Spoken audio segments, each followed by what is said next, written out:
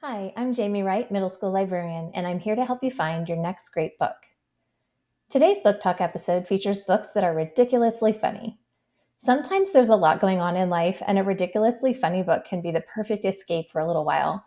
And all the books today are great choices for something light and silly and fun. First, the Tapper Twins series by Geoff Rodkey.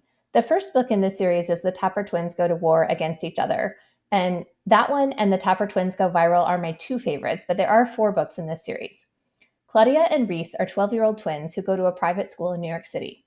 Claudia is very ambitious and wants to please and impress, and Reese pretty much just wants to hang out with a couple of friends and play video games.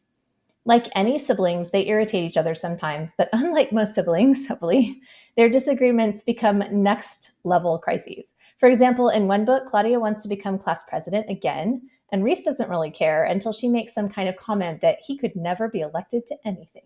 So he decides to run against her, which makes her furious, and he leaks private audio of their fight to the middle school cafeteria, and it's hugely destructive and also hysterical.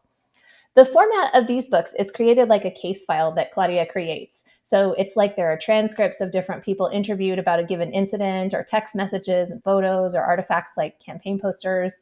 And alongside her parents' text messages or Reese's interview transcripts, Claudia will provide handwritten notes that refute their claims. So the format is a little bit unusual, but it makes it more funny. Basically, every possible embarrassing middle school thing that could happen happens as a result of their need to take each other down. But instead of being completely mean spirited, it's funny, partly because they are both kind of inept at different types of revenge. It's a really funny, lighthearted series, and you can finish these books pretty quickly. Next up is the Geek Girl series by Holly Smale. This book series has been around since 2013, and a Netflix series was released this summer. It's set in Britain, and Harriet Manners is an extremely knowledgeable, extremely clumsy girl with a fashion conscious best friend and a very dedicated school bully who writes the word geek on all her belongings. Harriet loves to share random trivia facts and create detailed plans for absolutely everything in her life. And completely by accident, she is discovered by a modeling agency, and something about her just works. So she has a lot of modeling success, but she also has a lot of social mishaps. In this series, different books focus on the different countries that she travels to as part of her modeling career. There's some romance and there are some family and friends issues, so it feels like realistic fiction. And overall, it's a very light comedy.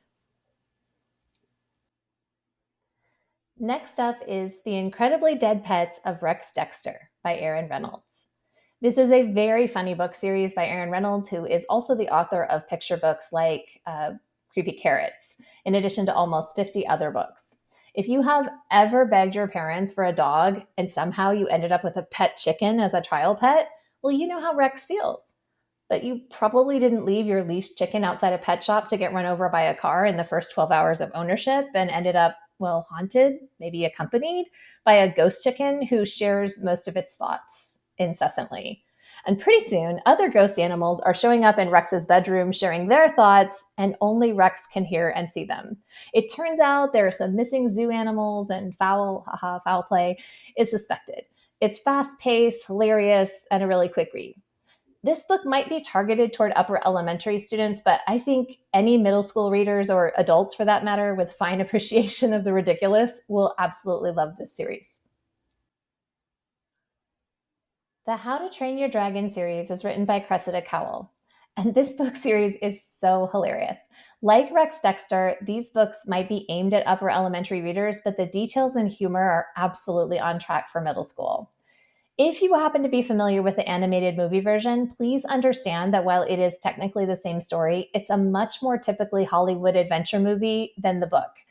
It's primarily a comedy, the book that is, and it's much more clever. So if you've seen the movie, you really have not experienced the best of the book. In the first book in this series, Hiccup is the son of a Viking chief, and he is expected to do great things. Most notably, he is supposed to train his dragon to follow simple commands by the Thor's Day Thursday festival, or else he will be banished from the tribe. But his dragon has a terrible attitude, and there's also a really snotty kid with plenty of insults to throw at him who's getting in his way. And Hiccup isn't very good at a lot of things Vikings are supposed to be good at to start with, like yelling or leading or general hooliganism. He wants to make his father proud, but maybe he's going to have to find his own way of doing things in order to succeed. The format of this book includes plenty of goofy illustrations and dragon diagrams, and a big part of the book's charm is that everyone can relate to that feeling of having expectations that are just too overwhelming, even if, unlike Hiccup, they don't know the feeling of failing so publicly or spectacularly or quite so constantly. And finally, today, there is I Am a Genius of Unspeakable Evil, and I Want to Be Your Class President by Josh Lieb. I find this book hysterically funny and clever. And even if I would never vote for Oliver Watson, who is sort of a cross between Artemis Fowl and Bart Simpson, his mother's very loving and cares for him, but she's not all that quick. So Oliver just acts like a needy fool around her to sort of keep her off guard. He does the same thing in most of his classes, so he is an intentional social outcast. But Oliver is running any number of legally questionable financial and political power schemes, and he is definitely out for vengeance. Here's a quote. My second grade teacher, Mrs. Guerra, used to joke that I was so stupid I could get lost on my way back from the bathroom. I have a tape of her saying this. I also have a tape of her crying when my finance company repossessed her Corvette. So that's on brand for Oliver. He definitely emphatically does not care at all about what his father thinks. But if becoming class president can suck the joy out of one of his father's favorite memories, well, class president he shall be. That's it for this episode of Book Talks Ridiculously Funny Books.